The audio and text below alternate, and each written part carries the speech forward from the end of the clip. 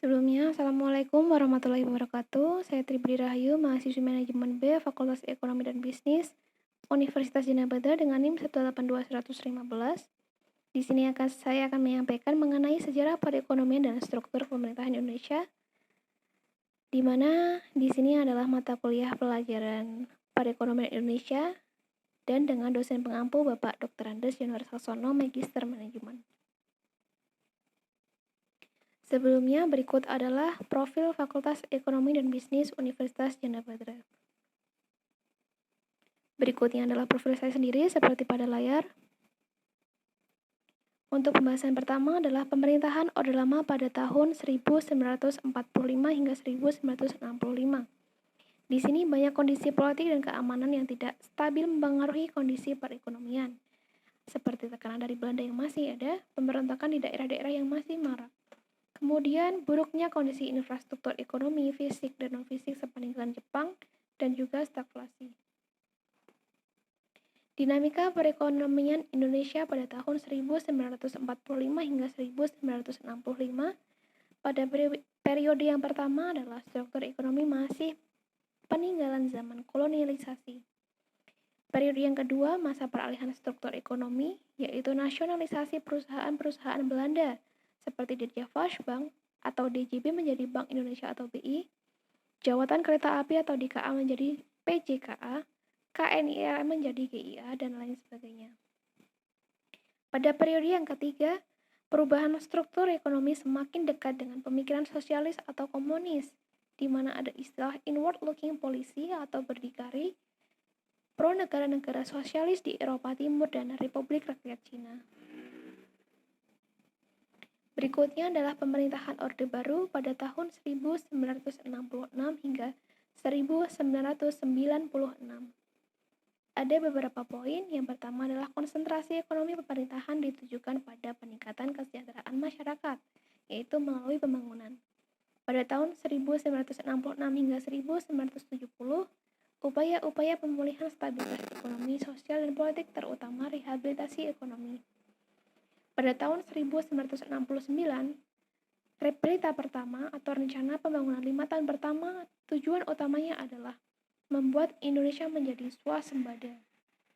Dampak awal cukup mengagumkan, yaitu laju pertumbuhan ekonomi rata-rata menjadi 7% pada tahun 1969 hingga 1990. Berdasarkan struktur pemerintahan atau kabinet, yang pertama adalah Kabinet Natsir, merupakan kabinet yang dipimpin oleh Perdana Menteri Muhammad Natsir dari Partai Masyumi. Kabinet ini dibentuk pada 6 September 1950 dan didemisionerkan pada tanggal 21 Maret 1951. Program kerja Kabinet Natsir adalah mempersiapkan dan menyelenggarakan pemilihan umum untuk memilih Dewan Konstituante, menyempurnakan susunan pemerintahan dan membentuk kelengkapan negara, menggiatkan usaha mencapai keamanan dan ketentraman. Kemudian, meningkatkan kesejahteraan rakyat dengan mengembangkan dan memperkuat ekonomi rakyat, menyempurnakan organisasi angkatan perang, memperjuangkan penyelesaian soal irian berat, dan hasil kerja dari kabinet ini yaitu berlangsungnya perundingan antara Indonesia Belanda untuk pertama kalinya mengenai masalah irian barat. Sementara kendala yaitu memperjuangkan masalah yang dihadapi seperti masalah irian barat dengan Belanda yang mengalami jalan buntu atau kegagalan, dan timbul masalah keamanan dalam negeri berupa pemberontakan hampir di seluruh wilayah Indonesia seperti gerakan DI atau TII, gerakan Andi Aziz, gerakan APRA, dan gerakan RMS. Selanjutnya, Kabinet Natsir jatuh pada 21 Maret 1951 pada periode 6,5 bulan dan belum sempat melaksanakan program-programnya. Jatuhnya kabinet ini karena adanya mosi tidak percaya dari PNI menyangkut pencabutan peraturan pemerintahan mengenai DPRD dan DPRDS. PNI menganggap peraturan pemerintah nomor 39 tahun 1950 mengenai DPRD terlalu menguntungkan Masyumi. Mosi tersebut disetujui parlemen hingga Natsir harus mengembalikan mandatnya kepada presiden. Dalam program Kabinet Nasir kemudian diterapkan program benteng yang didasari oleh gagasan pentingnya mengubah struktur ekonomi kolonial menjadi ekonomi nasional. Program benteng resmi berjalan selama 3 tahun, yakni 1950 hingga 1953 dengan 3 kabinet berbeda, yaitu Natsir, Sukiman, dan Wilopo. Selanjutnya, Kabinet Sukiman-Suwiryo merupakan kabinet kedua pada era demokrasi parlementer. Kabinet ini bertugas pada masa bakti 27 April 1951 hingga 3 April 1952, tetapi telah didemisioner sejak 23 Februari 1952. Kabinet ini merupakan kabinet koalisi antara Masyumi dan PNI. Program kerja Kabinet Sukiman seperti yang tertera pada layar teman-teman semuanya.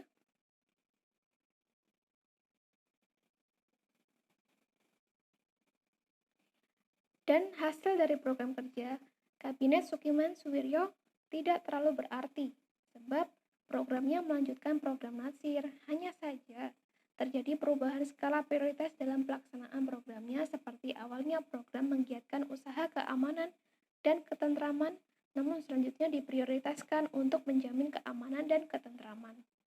Beberapa kendala atau masalah yang dihadapi diantaranya adanya pertukaran nota keuangan antara Menteri Luar Negeri Indonesia dengan Duta Besar Amerika Serikat. Kemudian adanya krisis moral yang ditandai dengan munculnya korupsi yang terjadi pada setiap lembaga pemerintahan dan kegemaran akan barang-barang mewah. Kemudian masalah Irian Barat belum juga teratasi. Hubungan Sukirman dengan militer kurang baik ditunjukkan dengan kurang tegasnya tindakan pemerintah menghadapi pemberontakan di Jawa Barat, Jawa Tengah, dan Sulawesi. Kabinet Sukiman tidak mampu bertahan lama dan jatuh pada bulan Februari 1952. Penyebab jatuhnya kabinet ini adalah kegagalan pertukaran nota keuangan antara Menteri Luar Negeri dan Duta Besar Amerika Serikat. Kesepakatan bantuan ekonomi dan militer Amerika Serikat kepada Indonesia didasarkan pada Mutual Security Act atau MSA. Di dalam MSA terdapat pembatasan terhadap kebebasan politik luar negeri yang bebas aktif. Indonesia diwajibkan lebih memperhatikan Amerika sehingga tindakan Sukiman tersebut dipandang telah melanggar politik luar negeri yang bersifat bebas aktif dan dianggap lebih condong ke blok barat.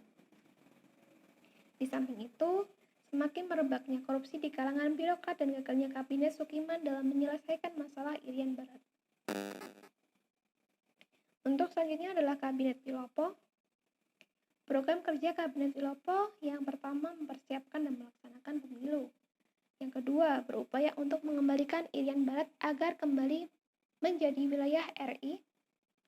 Yang ketiga, meningkatkan keamanan dan kesejahteraan, memperbarui bidang pendidikan dan pengajaran, melaksanakan politik luar negeri bebas aktif. Kabinet Wilopo dalam pemerintahannya mengalami banyak kesulitan, seperti mengatasi gerakan separatisme yang terjadi di berbagai daerah, penekanan Presiden Soekarno yang dilakukan oleh sejumlah perwira Angkatan Darat, kejadian Tanjung Morawa yang terjadi di Sumatera Utara, peristiwa yang terjadi akibat pemerintah sesuai dengan KMB agar memberikan izin kepada pengusaha asing agar dapat mengusahakan tanah perkebunan di Indonesia lagi. Kemudian pada tanggal 16 Maret 1953, pihak polisi mengusir penggarap sawah yang tidak mempunyai izin. Akibatnya banyak terjadi bentrokan bersenjata yang menewaskan 5 orang petani. Kemudian peristiwa tersebut mendapat sorotan yang tajam dari pihak parlemen maupun pers. Hal inilah yang tentunya menjadi penyebab jatuhnya Kabinet Wilopo. Akibatnya kabinet ini memperoleh mosi tidak percaya dari Sidik Kertapati dari Serikat. Kabinet Wilopo harus mengakhiri masa tugas karena tidak berhasil menyelesaikan masalah peristiwa 17 Oktober 1952. Kabinet Ali Sastro Amijoyo I. Program kerja Kabinet Ali Sastro Amijoyo I yang disebut juga Ali Wongsonegoro adalah menumpas pemberontakan DI atau TII di berbagai daerah, meningkatkan keamanan dan kemakmuran, serta melaksanakan pemilihan umum, memperjuangkan kembalinya Irian Barat kepada RI, menyelenggarakan konferensi Asia Afrika, pelaksanaan politik bebas aktif, dan peninjauan kembali persetujuan KMB, serta penyelesaian pertikaian politik. Pada masa Kabinet Ali Wongsonegoro, gangguan keamanan makin meningkat. Antara lain munculnya pemberontakan DI atau TI di Jawa Barat, Daud, Bareh Aceh, dan Kahar Muzakar di Sulawesi Selatan. Kemudian pada masa pemerintahan kabinet ini diselenggarakan Konferensi Asia Afrika di Bandung pada 18 hingga 25 April 1955. Konferensi ini dihadiri oleh 29 negara Asia dan Afrika yang kemudian membawa pengaruh penting bagi terbentuknya solidaritas dan perjuangan kemerdekaan dari bangsa-bangsa Asia Afrika. Kemudian yang selanjutnya adalah Kabinet Burhanuddin Harahap. Kabinet ini dipimpin oleh Perdana Menteri Burhanuddin Harahap dari Masyumi serta Wakil Perdana Menteri yaitu R. Janu Ismadi dari PIR. Zairin Harsono Cokroaminoto dari PSII. Presiden Soekarno sebenarnya kurang merestui kabinet ini karena yang menunjuk Burhanuddin Harahap adalah Wakil Presiden Muhammad Hatta. Program kerja kabinet ini seperti yang pertama, mengembalikan kewibawaan moral pemerintah, dalam hal ini kepercayaan Angkatan Darat dan masyarakat kepada pemerintah. Kemudian, melaksanakan pemilu, desentralisasi, masalah inflasi, dan pemberantasan korupsi, serta memperjuangkan pengembalian Irian Barat. Dan keberhasilan kabinet ini antara lain mengadakan perbaikan ekonomi, termasuk mengendalikan harga dengan menjaga agar tidak terjadi inflasi dan sebagainya.